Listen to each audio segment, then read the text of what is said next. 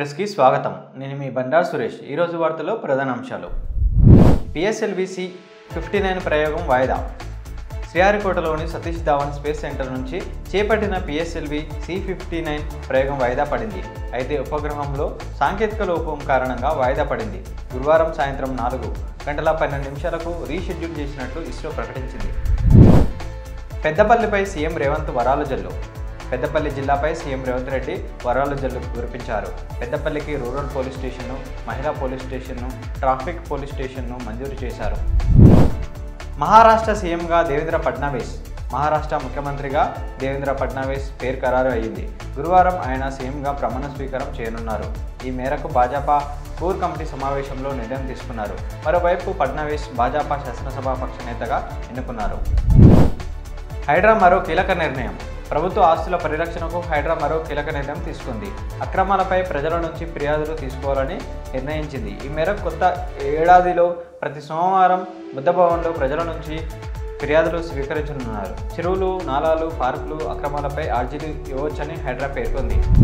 తెలుగు రాష్ట్రాలలో స్వల్ప భూ ప్రకంపనలు. తెలుగు రాష్ట్రాలలో పలుచోట్ల స్వల్ప భూ ప్రకంపనలు వచ్చాయి. భద్రాద్రి కొత్తగూడెం జిల్లాలోని కొత్తగూడెం, మనుగూరు, భద్రాచలం, చెర్ల, చింతకాణి, నాగులవంచ మండలాల్లో స్వల్పంగా భూమి కంపించింది. సంబాల్ వెళ్లకుండా రాహుల్, ప్రియాంక గాంధీ అడ్డగింత.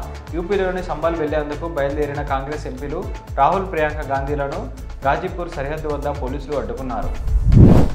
నవంబర్ 1 మాత్రమే మారుతుండేది, నవంబర్ 2 పర్మనెంట్.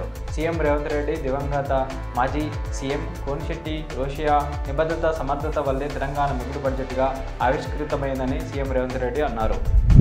ఇవి విజయోత్సవాలు కావు, వికృత ఉత్సవాలు. కేంద్ర మంత్రి బండి సంజయ్.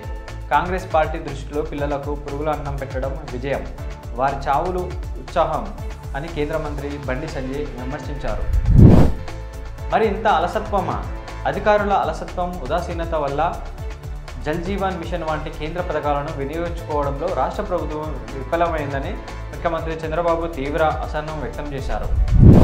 6 రూపాయలకే టన్ను ఇసుక తవ్వుతారట. నదిలో ప్రొక్లైన్తో ఇసుక తవ్వి లారీల్లో లోడ్ చేయడానికి టన్నుకు కనీసం 25 చొప్పున చెల్లిస్తే గానీ గిట్టుబాటు కాదు. అందుకే టన్నుకు 25 ధరతో ప్రభుత్వం టెండర్లు పిలిచింది. ఇంతటితో ఈ వార్తలు సమాప్తం. మరిన్ని వార్తల కోసం మన ఛానల్ని సబ్స్క్రైబ్ చేసుకోండి. మీ అభిప్రాయాలను కామెంట్ రూపంలో తెలియజేయండి. Thank you.